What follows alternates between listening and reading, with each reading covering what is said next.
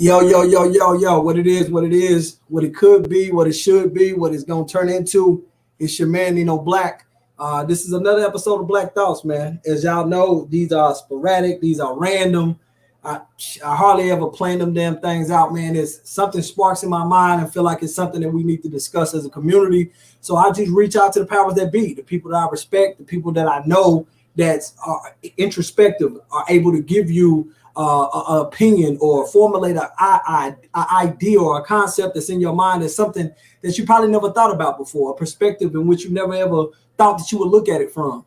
So today, man, I got a jam-packed set today, man. I reached out to some brothers, in my opinion, they legendary. They legendary on a bunch of different levels. Now, I know a lot of the times when we hold people to a high regard, they got to be celebrity or reach a level of fame or finance. Well, for me, it's people who move me. You see what I mean? It's people that inspire me that still work at Kroger. It's people that inspire me that's just, still in my neighborhood that's never left my neighborhood, because I'm not inspired by the materialism. I'm not inspired by the things that they have accomplished. I'm inspired by their passion, by their hearts. See what I'm saying? That's what motivates me. You see what I'm saying? So today we got a jam-packed show, right? Because I want to have a conversation about the G code. We've heard that our entire existence as kids growing up in the urban community, the G code, G code, G code, G code, G code. So I want to discuss it today. What is the G code? What is it? What is this unwritten rule that we live by? Where did it come from? What does it mean? Does it still exist? Is it a code that we should still be following, or has things changed? Right? Because the G code came with the 10 commandments that we're supposed to follow, the 10 street commandments. Do we still follow those? What is it now? In this decade, in this era, are we still following the G code? So today we're going to do the G code decoded with some real kings. I'm going to introduce a couple people to y'all to the panel today, and we're going to have us a real live discussion, man. Fellas, how y'all doing? What's good, Kings? What's good? What's good? What's up, family? Let me get the big homie in here. Let's see here. I hope everybody's doing good. Let's doing good. How we doing? Fellas, we good? Good. Yeah, what up? Hey, I appreciate y'all being here, man. Like I said, I don't plan these things, man. Sometimes I just sit around and I have a thought, or I have an introspective conversation with somebody that spark an idea, spark a thought. And I'm like, you know what? I need to get some real, genuine people together to have a discussion about this live. Because these are conversations that we may think about, but we really don't have out loud. So look, without further ado, man, I would like y'all to introduce yourselves, if possible. Tell us a little bit about who you are, what you do, and we'll go from there, man. What's good, Charlie? What's up? What up? Yeah, I'm Chainsaw Charlie, man. My East. I grew up just like any other child.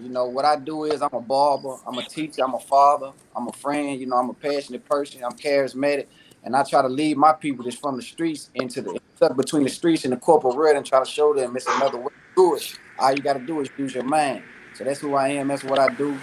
And I started me a clothing line. It Star Clothing. So just being a boss among bosses, man, to show our brothers how to move in unity and all is one.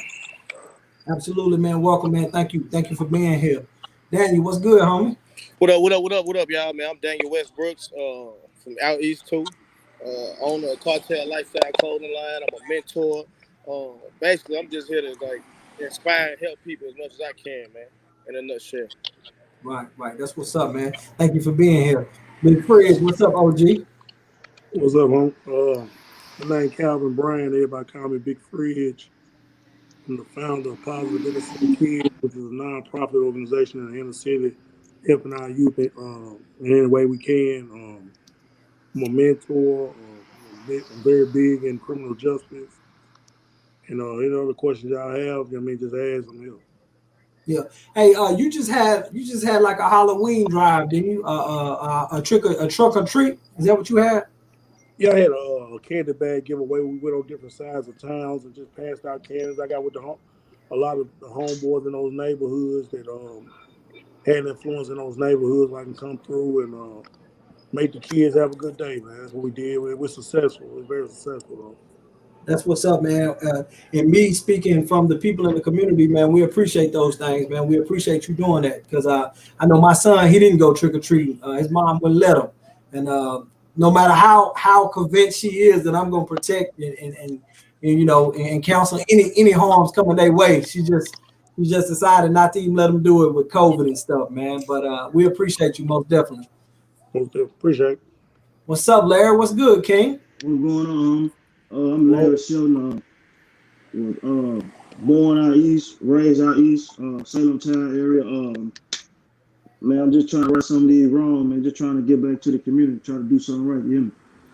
That's what's up, man. That's what's up, man. I see you in there looking like $100,345.15, man. You look fresh, man. I see you look good, man. You look good. Man, you gotta take care of your body nowadays. Man, I just dropped my little boy, man. My damn phone about to die. For real. Oh man, look at you, man. You doing it all wrong, man. Hey man, listen, I think he stole my charger, y'all, because my charger on this one don't even work. He got me. Yeah. All right, well look, we're gonna get into it, man, before your battery die, man. I want to just kind of touch on a couple of things, man. First and foremost, man, my question to you guys, man, is what is the G code? Like, what is the G code? We heard it a lot growing up, and it was kind of prominent in our neighborhood. And for those who don't know, I don't know what to claim. I tell people that all the time. I'm from North 2nd Lane Garden. I'm from Tennessee Village, Preston Taylor. I had my first apartment in Joe Johnston when I was 15. I don't know where I'm from. I'm just here. I'm everywhere. You know what I'm saying? I tell people all the time. People be like, "Where you from?" Shit, if I say the wrong thing, you're gonna be mad. I don't know where I'm from. You know what I mean? But growing up in all those areas, I heard about the G code. I live by the G code. But do we still live by that today? Like, what is it? Anybody can answer that. The G code, it shouldn't be different, but it's different depending on who you're dealing with. You understand? The G code is an established law. It's ordained. It's established. It ain't supposed to change like the truth. It's only one truth. But as we know people ain't supposed to tell, but people do tell. So the G code is not upheld depending on who you're talking to. But then you got certain group of guys that, you know, we got real guys in here right now. So long as you got a law, a code that we live by, as long as it's punishment when people violate it, then it's gonna be upheld. But if people get to snitch and ain't nobody punishing nobody, then the G code is non-existent. So like I say, it's gonna depend on your area, your section, and the type of people you running with, and that's depend on the answer you're gonna get. So I believe the G code is still enforced. It should be enforced, but I know people get away with violating it because there ain't no punishment behind it. So the G code, man, you really got to redefine it as yourself as a man. First of all, what is a gangster? A gangster should be a person taking care of his family, staying on this side of the fence until he's 70 years old, leaving his kids a heritage. But some people think gangsters just shooting his own brother in the head 100 times or won't do nothing to the oppressor or nothing like that. So, you know, it depends. The G code gonna vary, and it shouldn't be like that. That's how I feel about it. Right. Larry, what you think, man? What's your idea of the G code, man? Hey, what's up, funny? Yeah, man. I mean, you know, people got different views and different values of it. You know me? So, I mean, if breaking, then of course you should be, you know, dealt with. But I mean, it also depends how, like you said, how you grow up. So if you grow up and you ain't about that life, then it shouldn't apply to you. But if you're growing up and you doing things of that nature that you shouldn't, you know, supposed to be doing, and it just so happens, hey, you got to live by that. Right. You know, this is no disrespect to anybody that grew up in Antioch, lived in Antioch. No disrespect to them at all. But when my family moved from North 2nd and Lane Garden, our house got shot up. When our house got shot up, my mom's boyfriend did some slick shit and somebody shot our house up. He didn't even live with us. My grandmother moved us into her 1-bedroom apartment, and she ended up forfeiting everything she had to move us to Antioch. When she moved us to Antioch, it seemed like at the year I came to Antioch, everybody was from out east. People who ain't never even been to out east, they was out east. But I seen a lot of real niggas from out east hanging with the niggas from Antioch, right? And in my mind, it was because the niggas from Antioch had bread. You know, their parents got a good job. This is my mind as a child. I don't know if that's true or not, but in my mind as a child, they hung with them because they had money. You see what I'm saying? If you from out east in the projects, if you from Lane Garden, you come out here and you kick it with a nigga from Antioch, he already got a Caprice at 16, already got 24s on him. You see what I'm saying? You hanging with him. You know why? Because you the shooter and he the nigga with the bread. Y'all look like a real game. You know what I mean? Y'all look like y'all getting real money. And I realized as time grew on, those same cats from Antioch that always had the 4.0 to 3.0 grade average, never committed a crime in their life. Oh, they the biggest gangbangers. They the real street niggas. And I wonder, are they still held at the same standard as the nigga from North Second and Lane? Man, if you hear I me, think money change everything, man. Money will help you change who you are. You feel me? It really, the standard of the G code, man. All this shit fake to me now, because people pick and choose who they supposed to let abide by the G code. You know what I'm saying? Speaking from experience, especially me gang banging and what's going on with the people on my hood, bro. Like the niggas that I looked up to, that made me want to get down with my hood. You know what I'm saying? It's a lot of foul shit that's been going on. You feel me? So it's like, how can you press so many issues to some people because they don't have this name or have no money? You know what I'm saying? But when it comes to one of the leaders of what we got going on, and say the brother might be, on some gay shit or nigga done told something, and it's just, we just gonna put him in a rack, but he can still rep the hood though. When they go against everything that we stand for. You know what I'm saying? Yeah. Larry, I seen you shaking your finger, man. Did he hit on the point? yeah. I mean, most definitely he hit a point. Ain't no pick and choosing this shit. That's what people don't understand. You feel me? Like, I ain't finna pick the homie on my far right, and then at my bottom left, I ain't gonna say nothing to him. Yeah. So, I remember a few months ago. It's probably about 5 or 6 months ago. It was a video going around of a nigga putting a dildo on his own ass, and everybody was going crazy. Everybody was going crazy about it for like one day, and nobody said nothing else about it. And in my mind, I was like, had that been somebody else, like a nigga that wasn't a street nigga, a nigga that wasn't a shooter, we would still be talking about that today. But because it was somebody that everybody kind of held to a regard of or such, I don't know him, but that's from what I'm hearing. It got swept under the rug like, it's nothing. So it ain't swept under the rug. Nah, it ain't swept under the rug. It's still talked about, not as much as it was back then, because that shit. My fault. Go on, do your thing, Chase. That's your homeboy. Nah, that ain't my homeboy. I actually was incarcerated when it was going on, but I heard about it. But this is the thing, though. Your business is your business. You understand? Right. That just means you can't hang around me. You right. understand? So, like, it ain't swept on the rug, but like I said, you got to understand this. In this game, speaking on certain stuff come with a certain energy. You understand? Right. So what I'm saying is, he do what he do. Like, I don't know who the guy is. I heard about I was incarcerated. It's not swept on the rug. It just means if I ever came across him, I can't see him eye to eye as a man. That don't mean I'm going to disrespect him, because still, it's people out now that touch little boys, but as soon as you say something to them, it's over with for you. They going to kill you. That don't make you a punk. It just means I'm going to put my life on the line to check this man. I'm not in the same affiliation as him. He's not my homeboy. I ain't got to say nothing to him. So, sometimes shit fall by the wayside. So I ain't saying it's swept on the rug, but it's just a point. It's casualties in every war. Right, in every war. You're absolutely right. Freeze, what you thinking, big dog?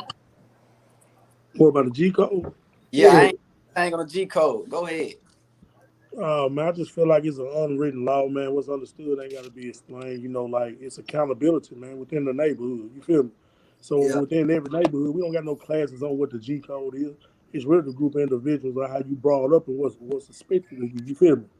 Right. Like, I never was told about the G code. I just knew it came. Some of it's in our DNA, man. You know what I mean? When I got popped, I knew snitching wasn't even in consideration. You feel what I'm saying? Right. So things like that. But you got to realize with the G code, is accountability with the person that's snitching, and it's accountability with the rest of us to handle the business if we do snitch. And I think that's when the ball was dropped, when people weren't willing to put their life on the line for it. You feel me? Everybody be like, don't snitch, but is you willing to shoot him in the head if he do snitch? Right. You know what I'm saying? So if ain't nobody getting shot in the head for it, you know what I mean? You got to the streets just out of whack because it ain't no discipline. You feel what I'm saying? Right. See, a lot of people wouldn't be rats right now. So I blame the streets for a lot of it too, because when they ain't seeing nothing happen, nobody gonna continue to do it.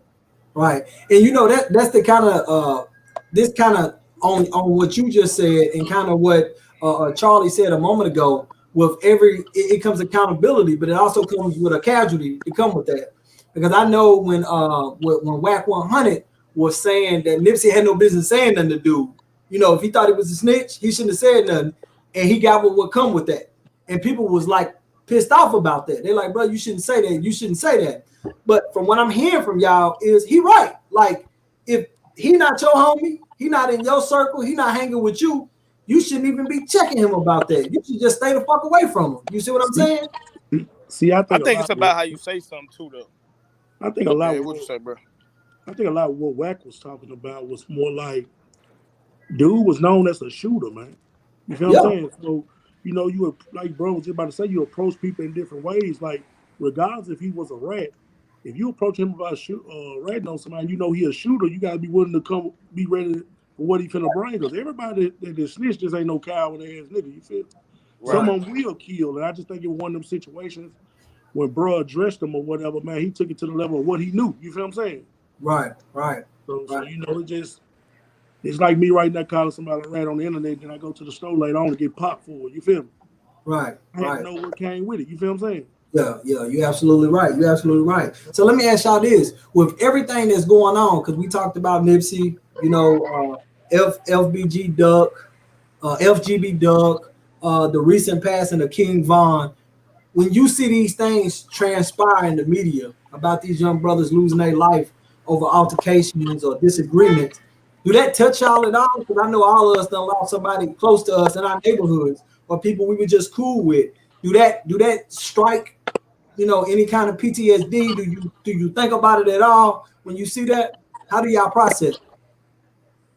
Man, the shit deeper than just the fight, though. You know what I'm saying? It's like them energy, the shit that you rapping about, the shit that you promoting, these guns, and you know what I'm saying, living a certain way. It could happen over anything, however you go. They said that nigga was a shooter too. He done knocked some niggas down. You know what I'm saying? So while we finna get to fighting with this nigga and we knowing what he capable of doing and what he done already, let's go ahead and take this nigga out. Ain't no sense of playing with him. The fight is just what's going, you know what I'm saying, spark the shit. But we gotta go ahead and knock a nigga out. These young niggas out here, they just looking for a name, man, off of shooting niggas. Right. And this, Go ahead, fam. I was just saying, and King Von had a name for himself, man. So a nigga to take that nigga out, you feel me? Shit, they don't give a fuck. They don't got no life expectancy, man.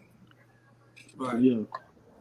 So my opinion is, you got. I think Big Fred. I think Fonte might have just said that. You got to know who you dealing with. See, when both of these individuals ain't from this city, so King Von might have thought, I'm gonna beat this little nigga ass, and these niggas ain't got no guns, but these niggas strapped. So at the end of the day, before you do anything, you got two choices. It's either I'm gonna kick this nigga ass, and it might be a fight, or I'm gonna kick this nigga ass, and there's a possibility I can lose my life because that's come with it. Right. Let me, if I can, go ahead. You about to say something, Fred? Man, just two quick things, man. You know, I'm gonna keep it all the way one, man. Y'all know I don't know nothing about Nipsey Hussle. You feel what I'm saying? I ain't grow up with him, didn't know him.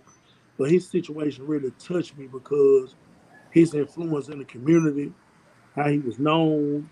And I'm like, man, they took him out. So I took it like, man, a nigga do me the same way, bro. You feel me? So, you know, I watched the way I move because you got to realize these people out there that really want to be you and will sacrifice anything to think they give you a reputation. Now, when it comes to the King Von situation, you know, I studied King Von because of my old affiliation and what he used to do. So, you know, I knew his impact in Chicago. You feel what I'm saying? Right. So I think like what I observed of the situation, just being a dude that done been in the streets before, was that little Tim dude or whatever his name was that got indicted for that murder. He was the type of individual. You got two types of individuals. You got somebody gonna stand right there and fight. Then you got the hitters that's gonna leave the club as soon as the altercation happens. Dude had a gun too quick for them to be fighting coming out the club. He probably already left the club, got the strap out the car, and knew his man. You feel me? So when they came out fighting, he hit them. But what people got to realize is this, man. Whether you in Atlanta, Chicago, Nashville, man's hitters just like you, bro. Yeah. Them people love their people just like you love your people, man. You feel me? Yeah. So you really can't underestimate the area you in. You just got to know that everybody love their people, man. You feel what I'm saying? So when you got them entourages, it really don't even be the main two people. Be the entourages and the egos involved. You feel me? Right. So let me ask y'all this question. If don't nobody else have anything to say on that, when you transitioned or when you came to your wits and decided, you know what, this shit ain't for me. Like this shit ain't doing nothing for me. It's not putting me in the place I want to be at. What triggered? What was the switch? Like what switch that made you go, oh shit? You know what I mean? This ain't it. Like what was it? I mean, it's gonna be different for everybody, but you know, a lot of times, it can be incarceration. It can come from financially being incapable, going broke, or going broke and even make you want to get back at it. So, like, you know, it's real. When you had that mindset, but for me, it was reading books. When I understood, I knew what I went through to get my bag back in the day, and I knew the 10-year sentence on probation that came with it. So I asked myself, do I want to go through another probationary period trying to get this sack again, or do I want to use my mind?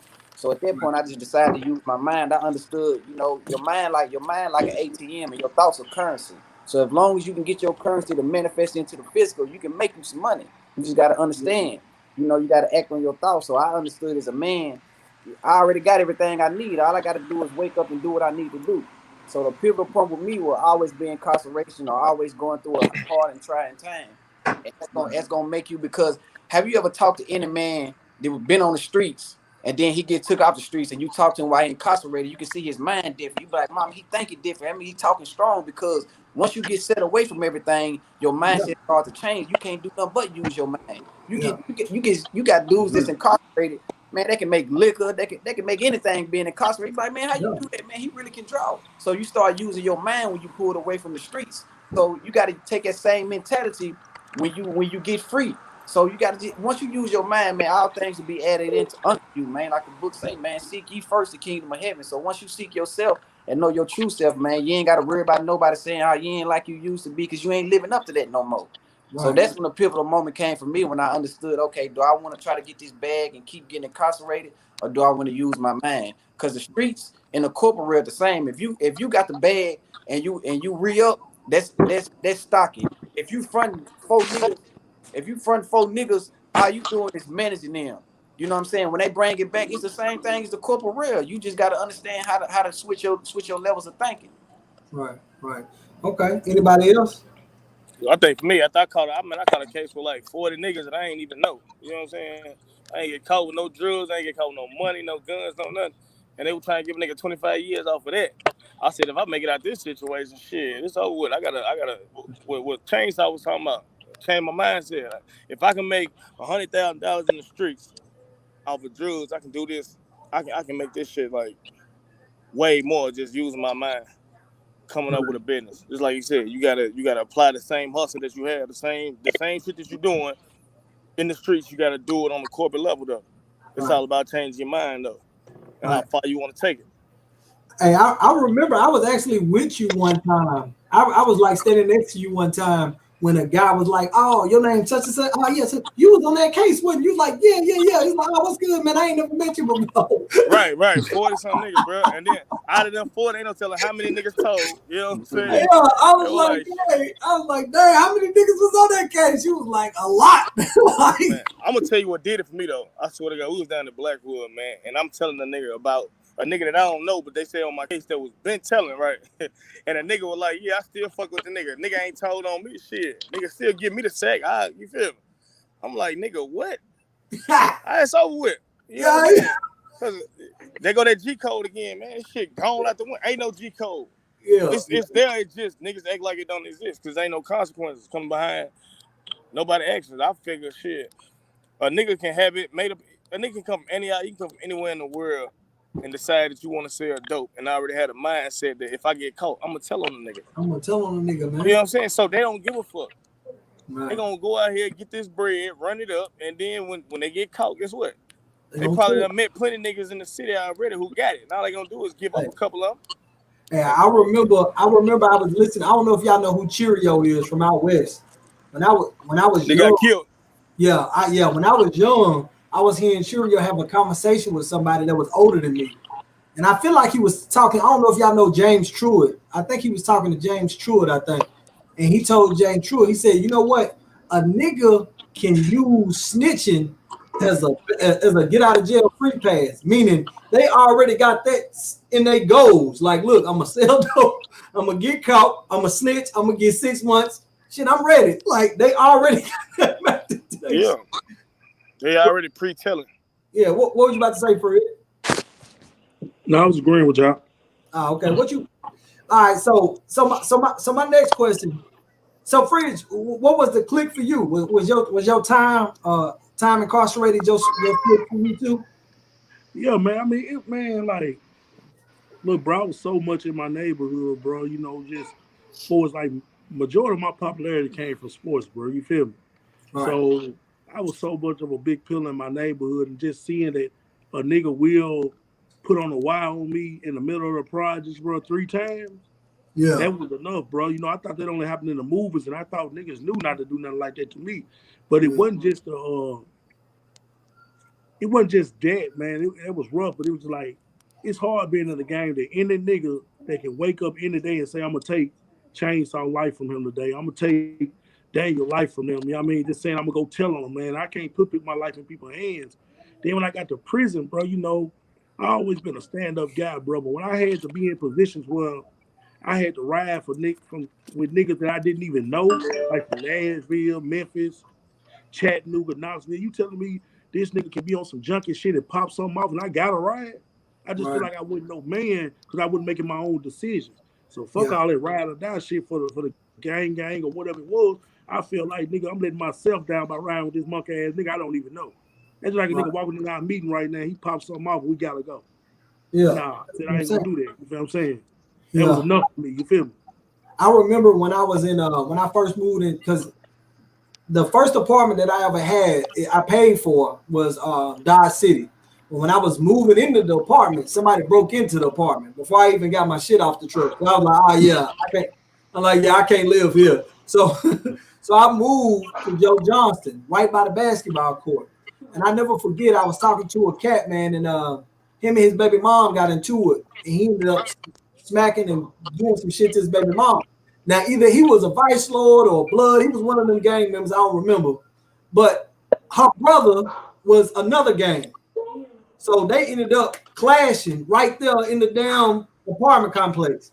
Niggas was getting smacked. One nigga got stabbed. And I'm just thinking, all this because she didn't want to get him her car keys. Because, you know, in the projects, when people get to yelling, you can hear everything. All you got to do is open your window. They was literally arguing over her car. Over her car. He never put gas in it. This is all the stuff I'm hearing. So you got 14 niggas out here smashing and fighting over some gang shit, over him not having a car. Man, guess what, I don't mean to cut you off, but it's a book by Wesley Muhammad here in the Nation of Islam. And he writing about how, you know, it was actually an experiment called the Ghetto where they put rest together in a close proximity and they started eating each other because there wasn't no room. So like when they got us incarcerated and you in a pod or you in the cells and it ain't enough room, you know, you got what we call serotonin, and if your levels start to decrease, you become more violent. You see what I'm saying? So when they put us in these environments, I'm not saying you and somebody getting an argument ain't meant to happen, but some of this shit is already preordained and they already know this type of shit. Right. So when you in a small environment, ain't enough room for everybody to eat, you start eating each other, man. So some shit just going, like you say, everybody in the projects, man. Sometimes it just be so hot. You ever just jumped in your car, be so hot, you just mugging and everything for the AC crank. Weather can affect the way you deal with things, man. So if you can't get yourself out of stressful environment, you can't be looked at no type of way because you move out of the hood. It's stressful being right there. You understand? So if you can get out that situation, man, you supposed to get out that situation. Girl, hush, girl. Y'all go ahead, though. My dog. Let me get my dog. Come on, good stuff. Right. His dog agreed. It was like, fuck it. Right. You're right. So in y'all process of transitioning though, like leaving that what I call the scarcity mentality and going into the abundance mentality or mindset. What kind of turbulence did y'all, get involved in? Did y'all have people that still wanted to test y'all to see if y'all was tough? Did y'all, go through situations where people would still call you to hold the strap or let me borrow your strap? And did y'all still have that, in your transition, or was it a clean transition? No, nothing. It ain't just a transition. Even right now, though, man, like the city was dealing with a drought. I guess, man, niggas I ain't heard from in years. Hit the nigga up in a DM like, "What's up? I know you ain't doing such and such, but I know you can find it for me." I'm like, "Damn, nigga, you trying to set me up?" Like Yeah, nigga block, nigga. it's still real. It ain't even just in the beginning of the transition to this day, nigga. When niggas hungry and that's the only way they know how to eat, man, they gonna do whatever it takes to feed their stomach, man. Larry, I think you the most recent to come home, man. How has it been for you coming back home and being a changed man, as you put it? Like, how has that transition been like, man? Do you got still people reaching out to you, trying to get you involved in the bullshit at all? No, my niggas wasn't no bullshit before I left. So Right. I'm just glad that, the people that I deal with now, even before I went to prison, they doing good. Like, they got the CDLs, they own trucks, they, some in mobile detailing shit. I left niggas shit. They don't prosper off of it. So, I'm happy for everybody. You know what I'm saying? Like, that's just life. Like, anybody that know me, I've been knowing Fonte since forever. I've been knowing Freeze forever, but I've been knowing Fonte since we were eating dirt together. So anybody that's, come home and, getting any kind of money, even when you're doing shit the right way, man, I salute you. I ain't got a hatred bone in my body. And that's what I always stress on my Facebook. Like, the shit that I did, I ain't proud of. But at the end of the day, I'm a man. So, and I got kids to take care of. So my only thing is to try to help as many kids as I can to show them, it ain't cool to be having niggas sleep on your couch. It ain't cool to, sometimes, growing up and I'm older than niggas that's hanging with me and I gotta sleep all these niggas on my, couch, and I gotta take care of all these niggas and shit because niggas are turning. So I just want, kids to understand, like, man, it's all right to be yourself. You don't have to portray to be nobody that you ain't. Be yourself. Like, it's cool to go to school. It's cool to read a book, nigga. It's cool to wear your pants tight, nigga. It's cool. Be you, and that's the thing. And I think that myself, that's always been a problem for me. I've always tried to be something that I really wasn't. I've always tried to be something that I thought that other people would take heed to or be like, okay, well, he doing this. That's cool. Because I'm trying to be likable. And at the end of the day, me being likable, the next man like, oh, that ain't shit. Or why is he doing it? Nah, fuck that. I'm living for me now. I'm living for me and my nine. That's it. That's all. Right. I got you. So, I got you. Now, hey, Charlie, when you because I know you was already almost into your transition before you actually went and came back. When you came back, was it the people? Because I know one time we talked and you was telling me how a few people kind of was looking at you side eye for wanting to change your last name and looking at you side eye for different things like that. Was those people more receptive to your transition as you came back than they was before you left, or are they still on the fence? Hold on, real quick, you muted. All right, go ahead. Okay. Actually, I was already in the midst of changing my name before I left. Right. That's something I've been into. My family kind of gave me some kickback about it, but and one thing about me, people know when I do things, I do it purposefully, and I got a meaning behind it. Right. And trust me, I'm gonna get all the way down to the bottom of it. But actually, like I said, it was something I was already doing before I left. But I'm gonna tell you what did happen when I started to become into my true self. Family members and all that, for lack of understanding, they, some of them ridicule me, they make fun of me, said all type of things. They didn't do it to down me or nothing, but they really just didn't understand. But it was things I would show them that I would put on the facts. But sometimes our history is so vast, when you set it on our people, it just kind of make their brain snap. They can't take it all. So, you know, you showing a man who he is and his true self, man. You know, a lot of people cannot take it right. You know, my daddy came to me and said, well, I know our name come from a slave master, whatever the case may be. I said, well, daddy, you could have told me that, and maybe I could have made my choice if I want to embrace it or not. But that my truth ain't gonna be every man's truth. You understand? So like, nah, people still feel their ways type of now about it. But at the end of the day, they know one thing about me. I ain't trying to be nobody else. When you understand, when you can wake up and say what you need to say, whether it make people mad or not, you start to understand that you really was trying to make everybody happy by keeping the peace, by not saying nothing. You know, so you got to put people in their place, man. You got to let them know this is why I stand there, and that's what people respect as a man. You know, I'm sure Freeze then came in account with people that in the penitentiary that ain't affiliated with nothing, but they still get respect because they come in there as a man. And I know it don't work for everybody like that. So in the beginning, it's just about being yourself, man. Right. Well, you know what? And my storyline is a little different from you guys, man, because when I was 14, me, and I'm not going to say the person's name, we we got involved in an armed robbery, and it didn't happen. You know, the person in the home was there, and they had a gun, and we ended up going to juvenile.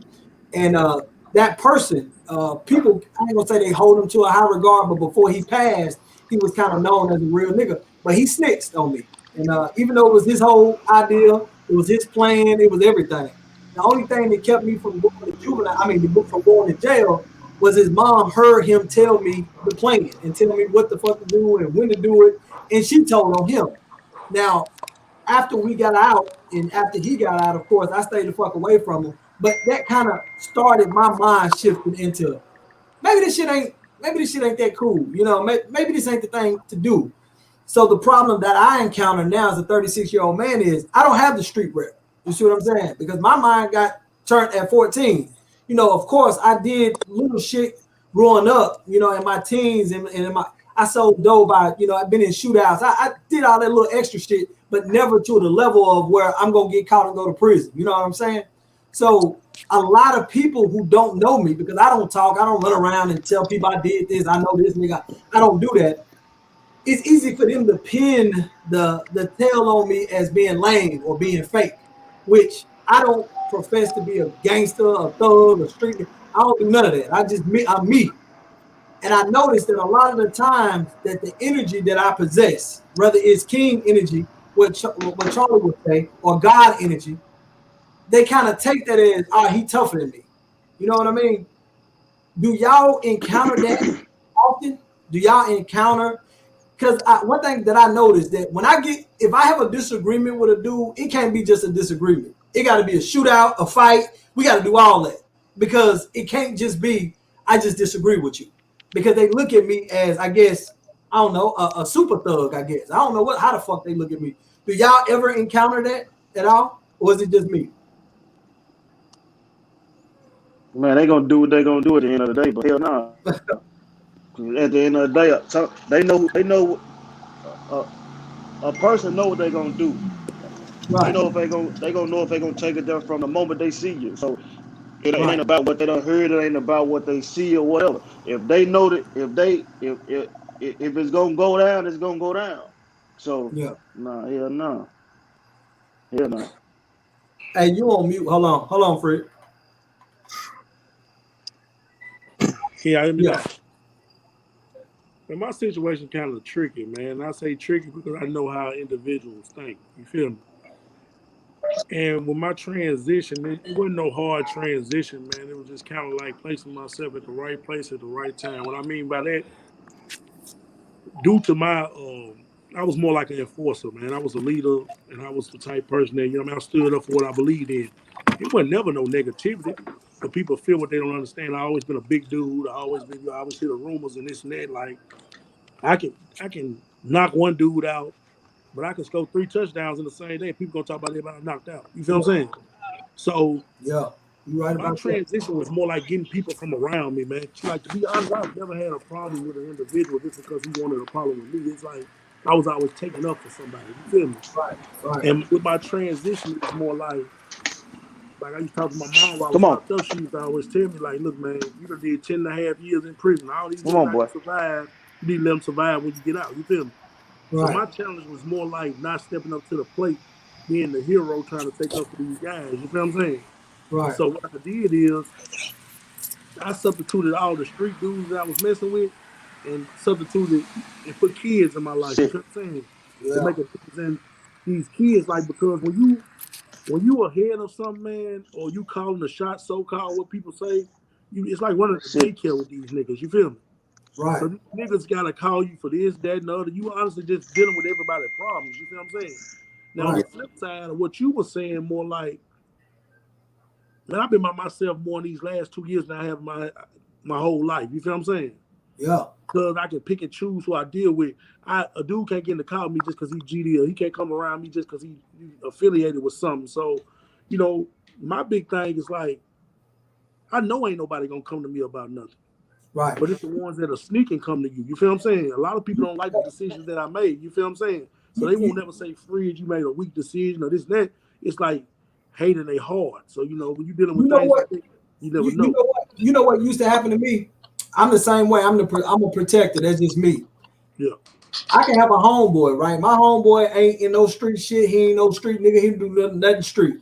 Somebody can say something to him or threaten him, and he can call me and just to tell me what's going on. And right off the ram, I'm like, all right, hey, look, hey, bro, if you know what I'm saying, I'm smacking the fuck out of you. That's my nigga. Leave my nigga alone. Nigga, don't touch my nigga. Leave my nigga alone. And 3 days later, I see my nigga taking pictures with him. Now, me and him, we beefing now. Yeah. It's your beef now. Yeah. Me and him, we got problems now. But now they cool. They back cool. They taking pictures and that happened to me a lot. You know what I mean? With the guys that I had in my circle. I'm like, you know, to the point where it got to the point where you could call me right now and be like, look, I'm about to shoot up your boy house. I'm like, hey, nigga, I damn near ain't got nothing to do with that. Because it's been so many times I've stuck my neck out there for people and they turn right back around, go back to fucking with them. You know what I mean? Go back to kill. But when they told me about it, it was like life or death. Oh God. Like, look, he said he was going, you know, oh my God, you gotta do something. You gotta help me. And then when I do, you see what I'm saying? Right. Yeah. But you know, I just realized that me trying to be positive and speak life into people, I realized that to me, in my opinion, that's probably been the hardest job I've ever had to do in my life. Like just really telling a nigga like, nigga, I'll smack you, nigga, I'll walk you down, nigga, like don't play with me. That shit seemed easier to me. Like, you know, I was listening to Fridge when he said, you know, he just swapped out to certain dudes for kids, man. When I first got on papers, when I used to blow and shit, man, I had to quit smoking. The one thing I had to do is keep my kids around me. When you swap them kids out for, you know, for the homeboys, whatever the case may be, your life be so peaceful, man. so Man, you do, man. I ain't gonna lie. When I jumped out in the streets, my brother and them and my big homies, they never put me up on no rob or nothing like that. Never tried to make me put nothing up my nose because I jumped into the streets with my brother. So I kind of jumped out as an honorable guy, I would say. You know what I'm saying? To me, it's a difference between a gangster and a hustler. A gangster, he can be badass, he can hustle and do some gangster shit, but a hustler, he just strictly for the money. So if anybody ever done things to me, you know what I'm saying, trust me, I gotta get mine. But at the end of the day, I'm gonna go pay somebody to do it so I can go back home with my children. You see what I'm saying? I never substituted my life to where my kids come roll with me because I want to go do some dummy shit. You see what I'm saying? So I think we got to teach the young children, our young boys, like you don't have to put your life on the line for somebody else ain't finna do. Because some of that, it ain't so much peer pressure, but it's a little pressure to say, man, I'm trying to protect this guy. But at the end of the day, man, you know, I believe me having a big brother kind of helped me out because when he went to the penitentiary, I seen, okay, I need to go the other way. You see what I'm saying? But a lot of guys don't got that. You know, my father in my life, my mother in my life, I had a big brother who tried the streets before me. So anytime he failed, you know what I'm saying, he had to pick himself up. All I had to do is go the other way because he failed. So sometimes you just got to have good people around you. And they can be a mentor, a brother, a cousin, a family, but we got to keep our children around good people. And that's why guys like us got to come together to show these guys, because you look up to the guys in the neighborhood who got the rims, who got the cars, got the clothes, but they're not so much teaching you how to stand as a man when you take a fall. See, that's what a man is. A man who's somebody who do something that when they don't want to do it, they still do it. Right.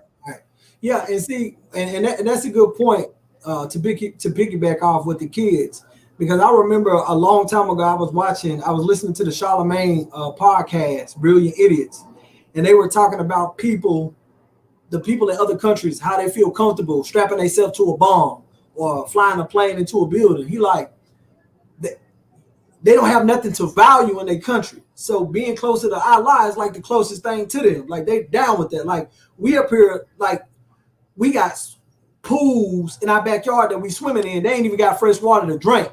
So yeah, we might look at them like they crazy from flying a building into, I mean, a airplane into a building. But what else do they have? You know what I'm saying? So that's that scarcity mindset. So what I'm hearing from y'all is like, when you bring the youth around you, because I surround myself with kids, women and kids. You ain't gonna never catch me with no gang of dudes. You ain't gonna never catch me with that. But women and children, I surround myself with that because they provide that love. They provide that energy, that positive vibes, man. And sometimes I get into situations and I look at certain people like, and I think me and Fridge had this conversation. You know, a few weeks ago, I seen a guy, he's a local cat, man, producer. I seen him and I'm like, damn, what's good? You know, I've always held him to a high regard. I always thought we was cool. But in the conversation, he revealed to me that we not cool. Like, nigga, don't think we cool, we not cool. And I'm like, well, damn, I ain't know that. But in the conversation, he kept talking about my gun. Now, keep in mind, I never pulled my gun out. I never said I got a gun on me. Never done none of that.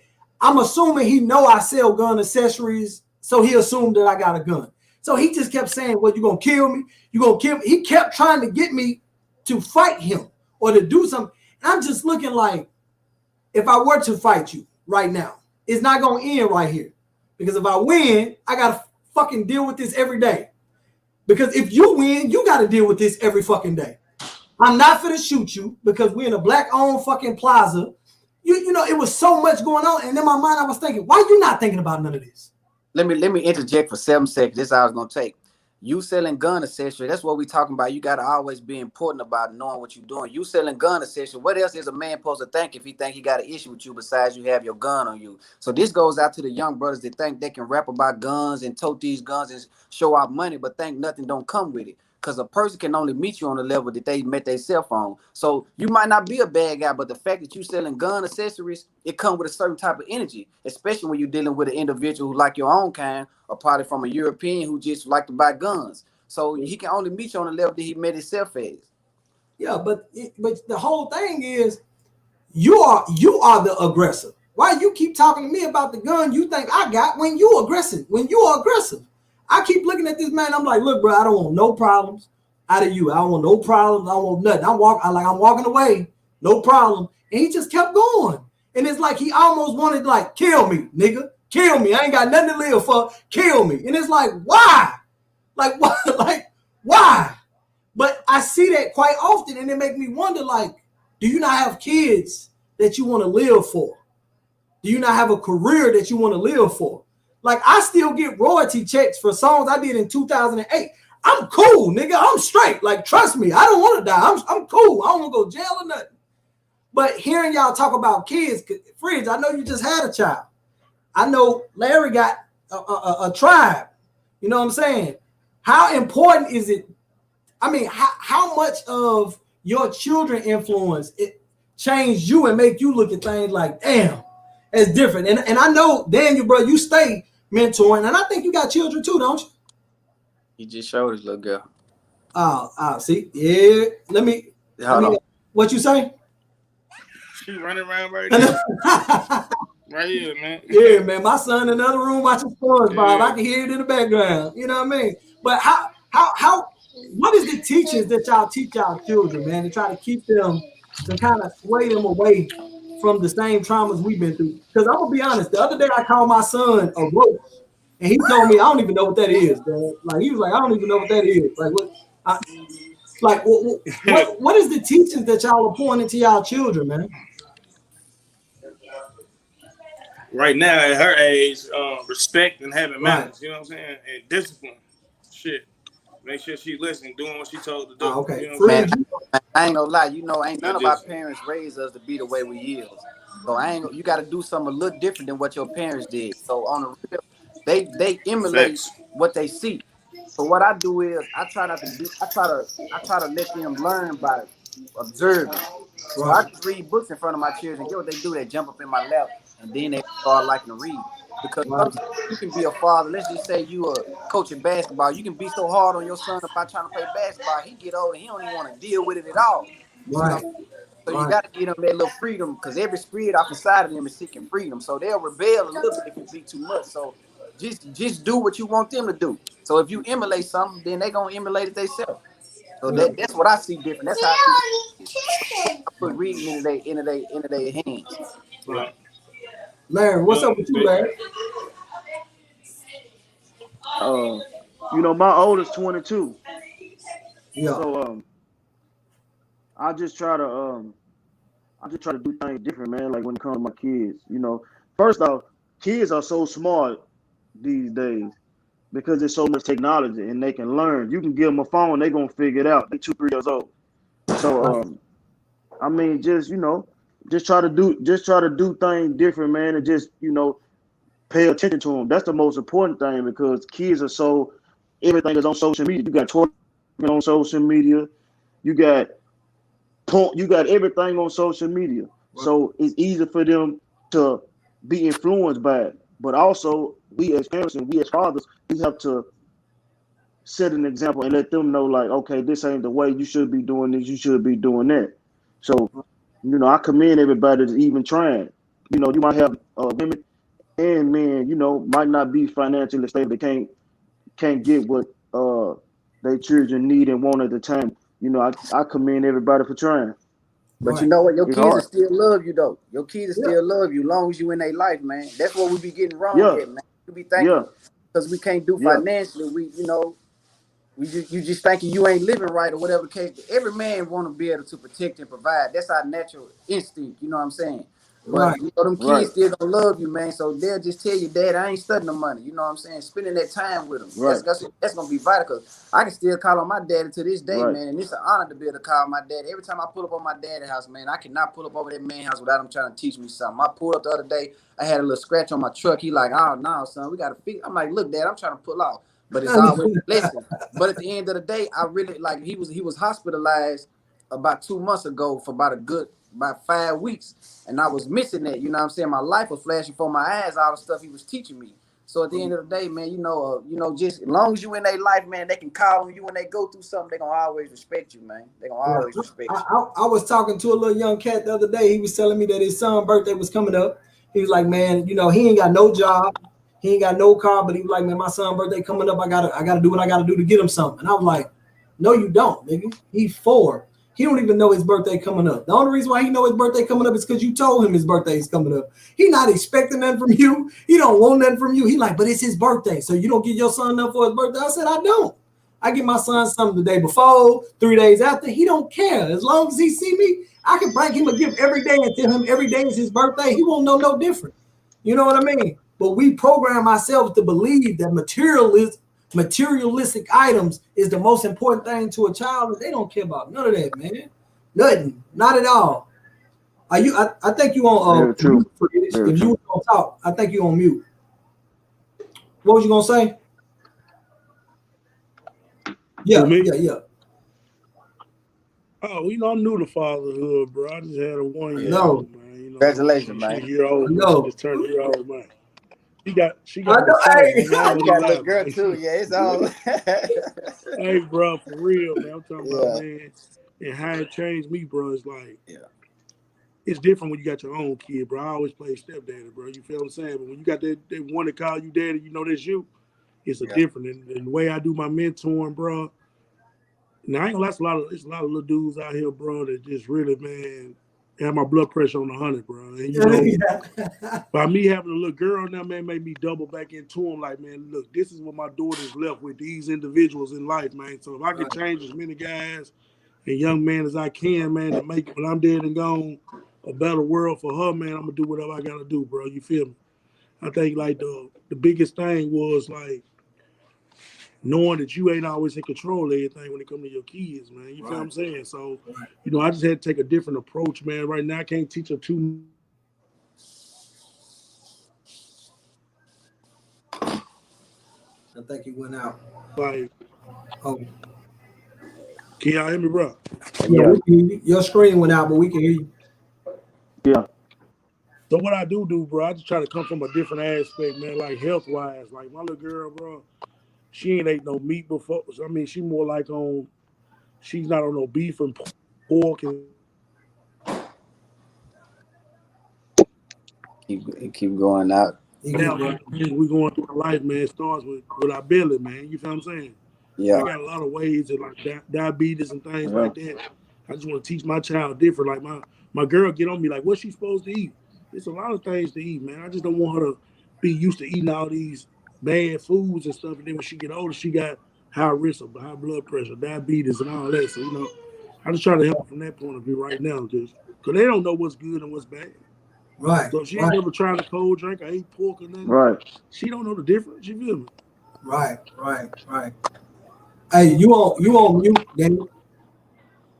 Daniel, you on mute. Unmute yourself. Hey, all right, I got you. What was you saying? How I unmute? There you go. Mute. Oh yeah, like just piggybacking off of that. My little girl ain't never ate a piece of candy, no cold drinks and none of that. And they be looking at me funny. And I'm like, nigga, if you gonna get her anything, get her some fruit. You know what I'm saying? She drink water, bananas, you know what I mean? Right. So what about when you get around family members and they then almost offer something? They already know. They already know. And if she come back talk, because she gonna tell me, she gonna say, candy, daddy, I ate candy. I'm gonna say, who gave it to you? But she gonna tell me. But guess Hey, what though? Chase, We gonna have an issue. Yeah, what's up? man, I almost went crazy. Man, I came in, my little stepdaughter gave my little daughter a pepperoni pizza, man. Chopped it up for her, man. I almost had a heart attack, man. You welcome back.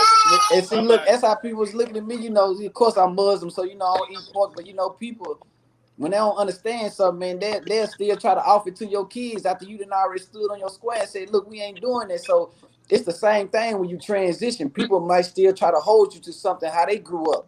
You understand? Like I don't celebrate Christmas, but it ain't because I was financially incapable. I let my kids know daddy can still do whatever. But I just asked him to show me certain stuff that they couldn't show me. So they understood it when they got us. So guess what my children do to me? They call me the week before Christmas, or they call me out and say, well, daddy, can you give me this? I go get it, but I'm not gonna wrap it up. Ain't no other man brought it to you. You see what I'm saying? So it's still other ways to do things. We're gonna do this our way because it ain't no book on parenting. You understand? Right. But you still can be fun and active with your kids without making stuff strict. But we gotta plant different stuff off in them than how our parents raised us, because we see the cancer rates going up. It's because of this food. You know what I'm saying? We dying younger, man. We can't just keep, man. Listen here. If you don't let the prison system get you disease, you know what I'm saying, old age, you don't want to let cancer disease get you. You gotta make sure you cut your probability down on living longer instead of keep eating wrong or doing things to get your life killed, man. Because it's real out here. Some people gotta die of early grave. Some people gotta die of diseases. Some people, you know what I'm saying. So you just want to be the one to take care of yourself. Is basically what I'm saying. When you learn something different, man, you gotta teach it. You feel me? If you stay stuck doing the same shit and you know better, you a fucking fool, man. You know what I'm saying? Yeah. But another thing that we got to do differently that I don't think us as men discuss and talk about and make other men be accountable for is the way we co-parent. Like co-parenting is that's a skill, man. That's a skill. Yes. Nigga, you see what just happened to me, right? Like, yeah, man, that's a skill, man. That's something that we gotta learn, man. That is not from communicating to being able to put our thoughts into actions, to know how to ignore certain shit. Like that shit is a skill, man. You know what coming to mind when you say we gotta learn how to co-parent? The Willie Lynch letter come in of putting up the male against the female, because sometimes these women don't understand that they can be an agent in your own destruction. Like for instance, I'm gonna give you an example. When a woman files single head of household, she get an EIC, extra earned income credit, right? Yep. Okay. When she get that money, the statistics roll down. They say, okay, this black woman filed a single head of household. So then they're gonna come out and say black men don't marry their women.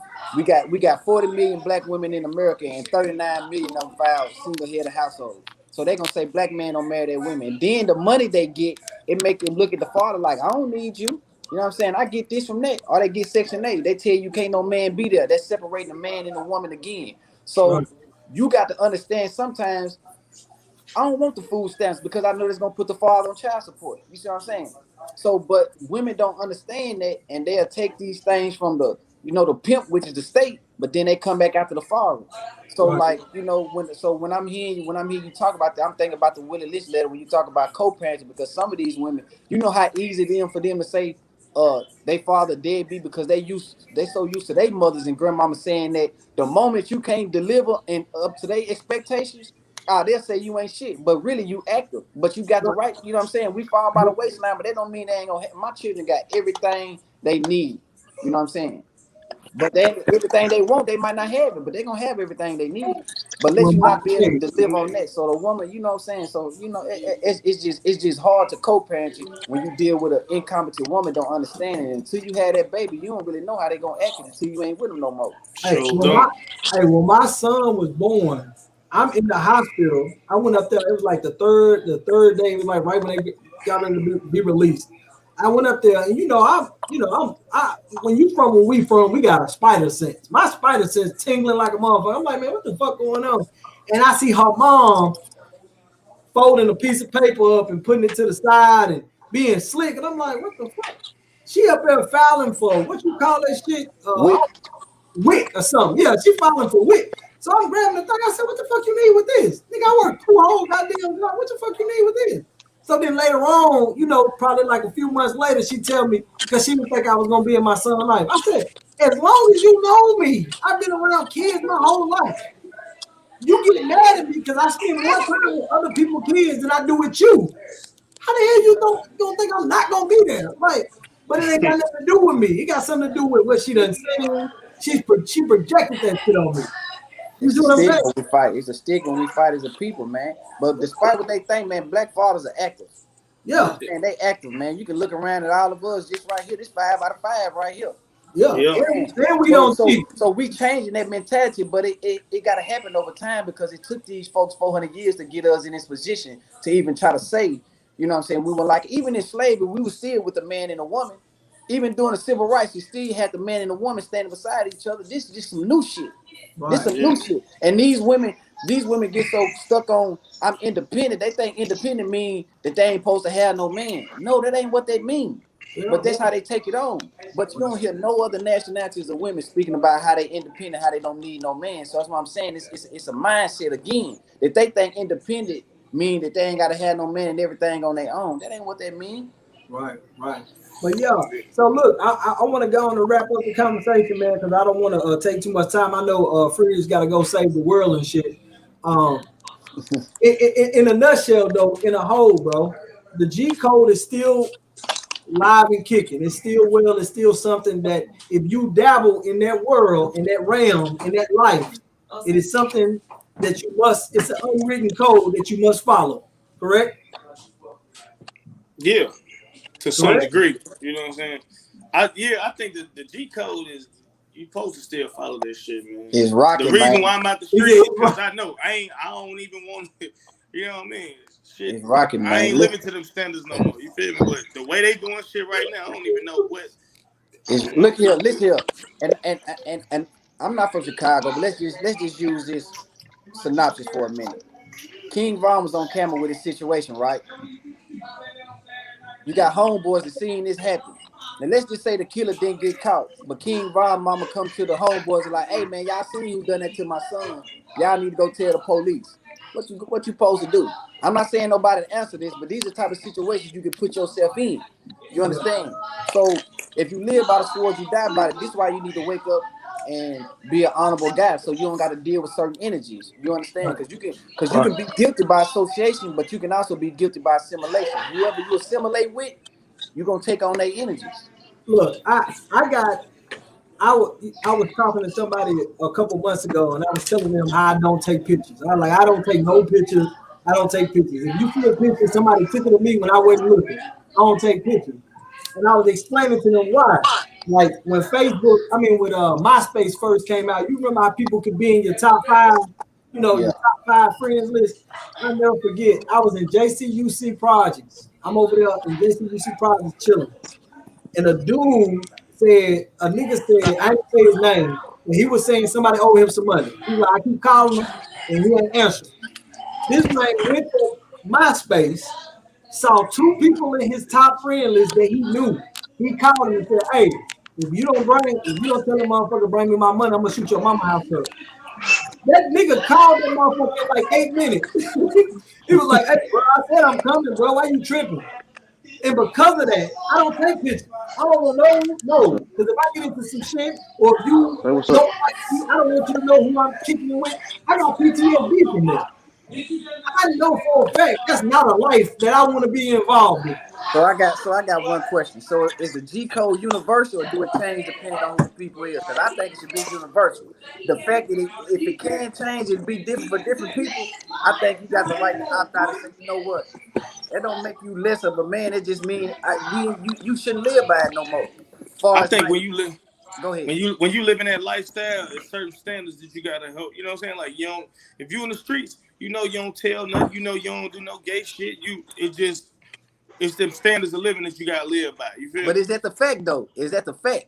Man, So if depending it on ain't, who. Get out the so if it streets. ain't, I'm just trying to teach the young brothers. If that's not the fact, if it's not universal between me, you, and everybody in this life, even though we different homeboys from different sides, you got to be careful jumping into the streets because somebody else G code might mean no.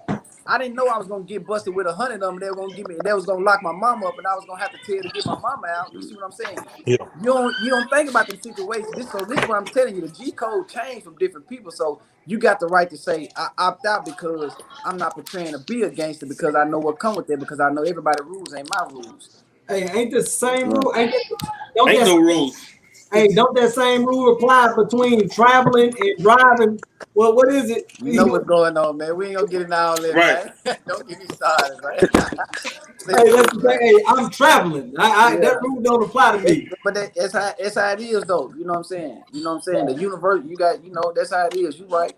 You Yeah, right. I remember back in the day, since I moved around so much, me and my brothers, we hated going to the fair. Like, even though we wanted to go, we never went to the fair.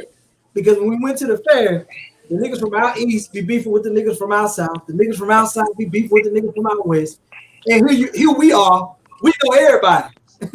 We know everybody. So we kind of just stuck like, you know what I'm saying? We don't know which way to go. So I just stayed away from everybody. Like, all right, I'm cool. So that's why now my circle is a dot. I literally stay to myself. But because of that, people sometimes I swear to God, y'all, I think people look at me and think, that nigga there, I swear, he's soft. I can try him. Because I'm sorry. That nigga really wanted me to shoot him. Like, I don't know why he felt like that if I shot him, that would validate that I was a gangster. I don't know what it was, but he really wanted me to shoot him. And I'm like, why, bro? Just go home. Like, go home. Go eat. Like, why you doing? Like, he really wanted me to. But the G code has never sat right with me because I've seen it change so many different times and so many people taking it one way and doing something different with it that I don't know, man. I just Can I wanted to have a conversation, man. can I say something real quick? Yeah, yeah, About the G code, people need to understand this, man. For the youth that you got certain youth that still don't get involved regardless of what we say. So what they need to understand is when you keep it real doing the G code, it ain't no reward for that shit. So ain't no don't be expecting to reward. get no Hell no. reward because you didn't snitch. That's niggas' problem. They think, I didn't snitch, so everybody owes me something. No, nigga, it's just something you signed up for.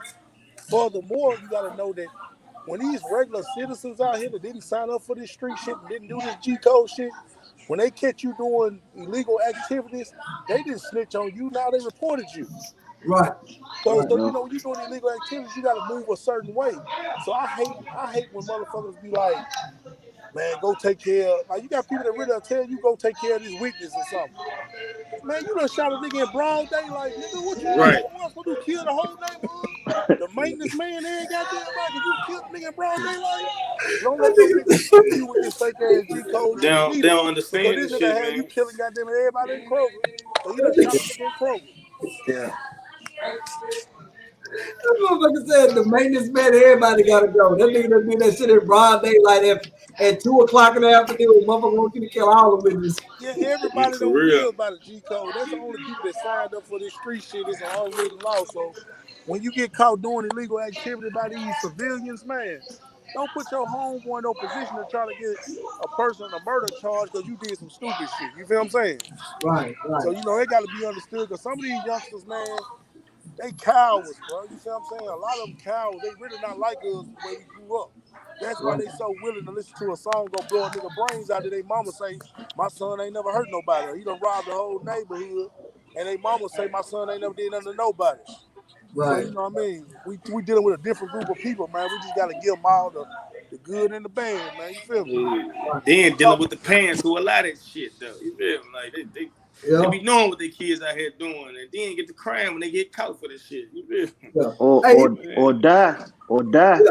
I mean, it be so weird when I see a kid that got murdered. I go to their Facebook page and they standing next to their mom with the stick, Middle fingers up and all that other everything, shit. and I'm like, God damn, They think that shit cute. Man, some So they little brains get blew out. They don't get to see no positivity of themselves. That's why guys like us got to be in the neighborhoods and in the streets, and front lines, showing them that it's cool to be intelligent. It's cool to articulate yourself. It's cool to read a book, go to school. It's cool to be different. Like, It's cool to stand out. It's cool not to try to be like everybody else. You know what Yeah, you know what? You. I tell people all the time. I said, do you know how many books I done sent to prison? You know how many books I done sent to jail? Like, I literally have bought Rich Dad, Poor Dad today, probably 193 sometimes. I literally have bought certain books over hundreds of times, just sending them to jail, trying to get people to educate themselves. Like you, I don't know if you, I know Freeze, you know T Real.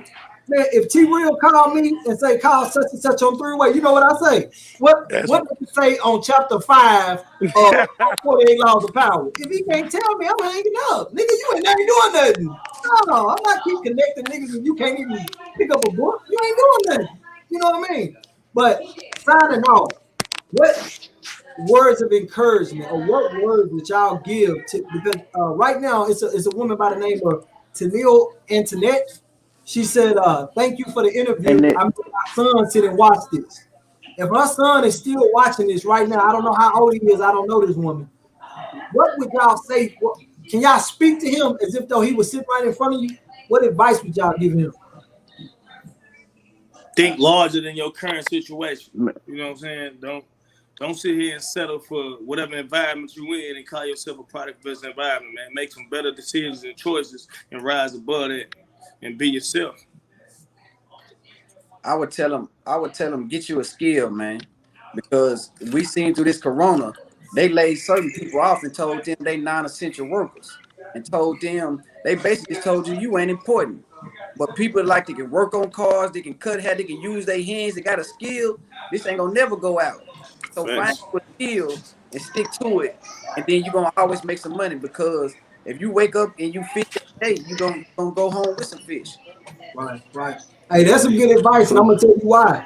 When I met you, it was cutting hair. It was cutting hair.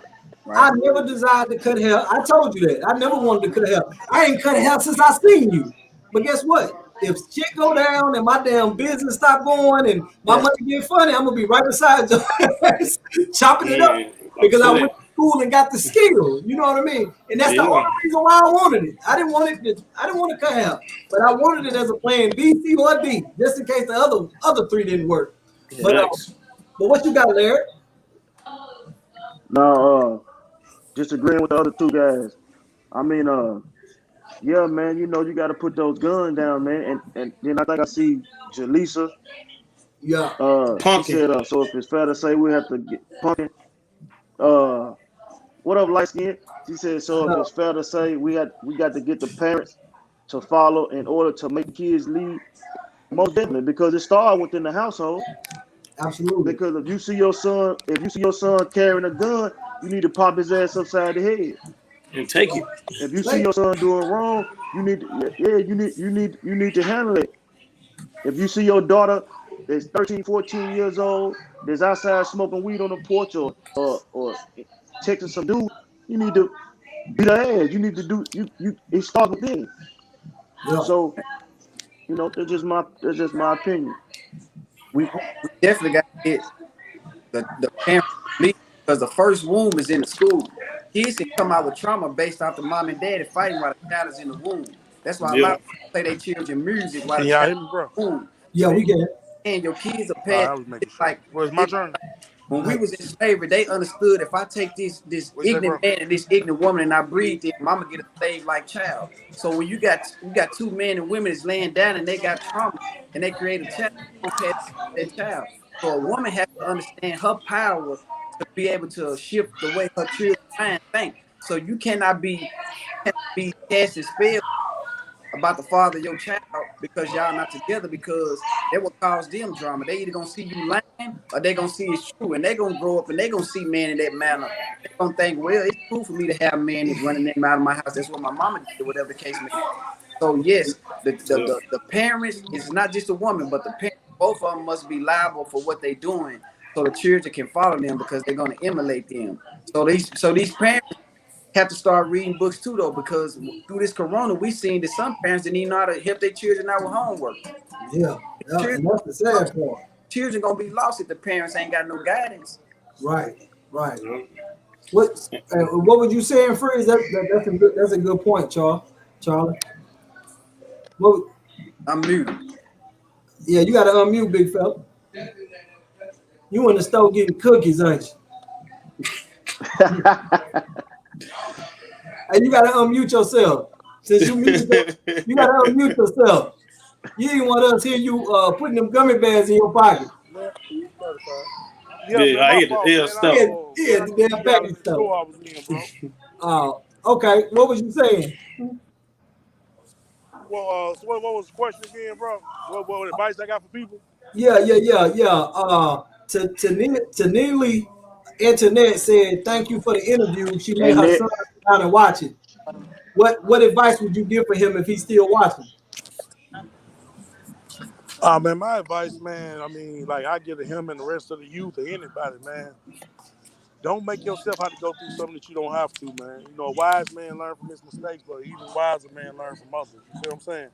So I think the biggest thing we as black men can do right now, man, we don't got to go through the same thing that people before us went through. Like Chainsaw was saying, man, a lot of things that his brother went through saved him from doing it, bro. You feel what I'm saying? Right. And that's when you got to separate yourself, man. When you know that you done went through something, and people around you that you was close to still didn't change their ways, that means it's time to separate, man. You feel what I'm saying? Right. So, you know, that's any youngster out here, man. And I'm going to tell, like, this is the biggest advice I can give to any youngster. If you're out here in these streets, the main thing you don't want to do is go to school and work. As soon as you hit the penitentiary, any of these brothers on the phone will tell you that's the main thing you got to get up and do is go to school and go to work. So you might as well do it while you out here, man. You know what I mean? Don't go always to the country to have to go to school. And they make you. And go to work for 17 cents an hour. Go with the females, man. You don't want to be in class with 164 dudes, man. That ain't no good thing. Yeah. Hey, you know what? They make you. Hey, you gonna get up?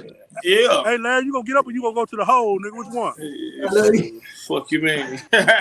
Hey, when I was Fed making you go, you got the roll. Yeah, you got to get in there. Hey, when I was 14, I went to Job Corps. And when I was in Job Corps, I had to share a room with like 14 dudes. And I was like, yeah, I don't never want to do this no more. I'm cool on this. On this. But if I were to give advice to any person, any male that's watching right now, because I think all of y'all have done a good job speaking to the youth, I want to speak to the men that's just now getting out, or the men that's on their way to do a sentence that has a release date, or a time frame in which they have to do. You are not your conviction, man. Right now, we talking to a bunch of brothers who went in, did their time, came out, and they blossomed. They doing way, if not more than what they were doing before they went in. You know, we got Charlie with the clothing line, the clothing brand. He hosts classes where people can come and learn about what the Morris faith. Correct? If I'm correct, yeah. Right. We got Daniel. He got a clothing brand. Listen, I'm gonna tell you, Daniel, he's showing out. I asked this man how much, from a jumpsuit. This man told me a price. I said, okay, well, shit. We gonna be in there with Gucci next year. The way, okay, you feel me? That he got faith in what he's doing. His brain is moving, and he did all that with a conviction. He did all that with a pass. He got friends, man. Every time I see him, he's doing something for the kids.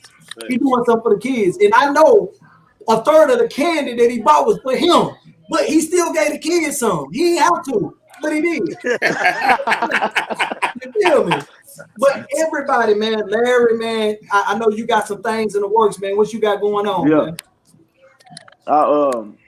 I'm trying to get this little development thing started with this low income housing off of Trinity Lane. I'm trying to get a little workout, little thing, mentoring with the kids. I love that gym. I'm just trying to be positive, man. I'm just trying to do something different. That's it. Hey, Charlie Hey, will probably agree with me because I remember I told him this a long time ago. You got to start out by leaving that try word somewhere else. Yeah, get what? I was finna correct him, but you know, I I already knew respect you, it. man. Ain't no track. You gonna do it, my brother. Words of Yeah, mouth. Hey, You gonna yeah, yeah. do it, my brother. Get what? Man, get what, man? I wish I had it right now. I got a piece of paper where I drew my logo while I was incarcerated. You understand? It really started in the mind first. But you gotta be able to see it. So like you gonna do it, my brother, and whatever I can do to help, you know what I'm saying? I'm extending my hand. So you know, you speak it first, man. You know yeah. what I'm That's what I'm I finna say. appreciate it. I got a Yeah, slide. I yeah. got a slide, fellas. But like Okay. you were saying, get a skill and trades and shit, bro. Like I do electrical work, a lot of little construction shit. You feel me? So when you get ready, just you know what I mean. Just reach out. You know what I'm saying? Yeah, Nigga, I'm here yeah, for every last one of y'all yeah, we're brothers, linked. man. Okay. yeah. Yeah. Hey, and Well, you can get with Fridge about the workouts because shit, all the kids that he do with his mentorship, you know, in the athletic department, they gotta work out. Shit, they gotta work out. Shit, you Man, right that's there. right. See Man, what I'm that's saying? You got it right there. yeah, we can But you ride. know, but at the end of the day, man, I Yeah, we just can want to say, ride. bro, the reason why I reached out to y'all is not because of Hey, y'all what's up, street Mark? status. It's not because of y'all clout. It's not because of none of that. It's because I've always respected you. I've met each and every one of y'all at different times in y'all life. I met y'all in different areas of the world. I, I don't think I've ever been in the same room with all y'all at one time. You see what I'm saying? But I was able to connect with y'all. And I didn't know y'all knew each other. You know what I mean? I didn't know until later on that we all knew each other. But that just tell you how God worked. That just tell you how the spirit works. It's meant for us to communicate with each other. It's meant for us to do what we're doing now. So I just want to say I appreciate you, brothers.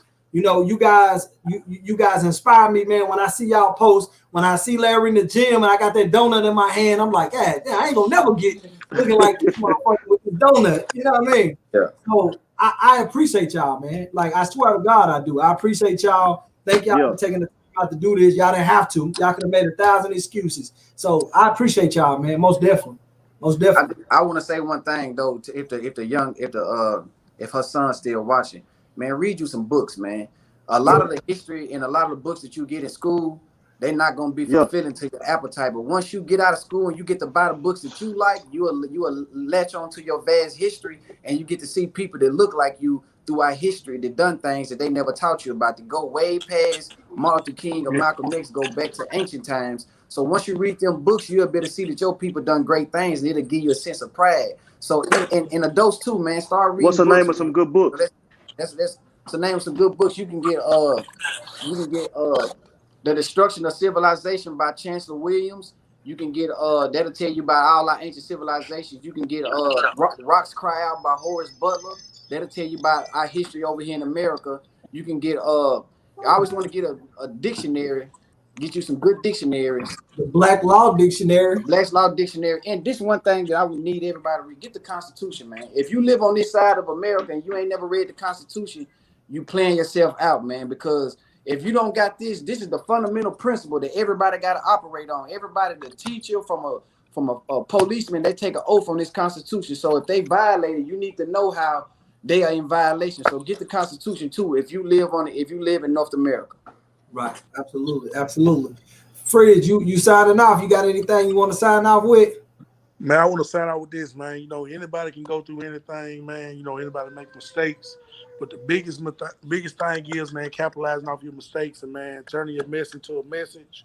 Like with me, like I want to tell everybody, I got locked up on a drug-free school zone for 10 and a half years on a first offense. I made it my goal that I was going to be a different one. So what I did, man, I helped change the law. Now they can't lock you up on a drug-free school zone if the kids ain't there and they ain't present. So, you know, it's Right. just showing our young brothers that you can go through something, but you can be a game changer as well. You feel me? Absolutely. Anything you put your Absolutely. mind to, man, And I you can do it, man. You feel me? And I want to say I appreciate you firsthand because when I first caught my 10-year sentence, they definitely hit me with a school zone. I'm on papers now for a school zone. I got caught with a half ounce, man. They gave me 10 years on probation for that because of a school zone. So I want to appreciate you firsthand because I know you changed the law, and that's gonna help brothers in the near future though. So you Right. still I somebody I can say appreciate that, homage to, bro. man. I Right. appreciate that, bro. And you know Yeah. what got me game tight, man? We ain't got to go to prison to read books, man. These books that these brothers telling y'all about, man, get them, man, read them, man. You know what I mean? That's why they didn't want us to learn how to read, because they know how powerful that is.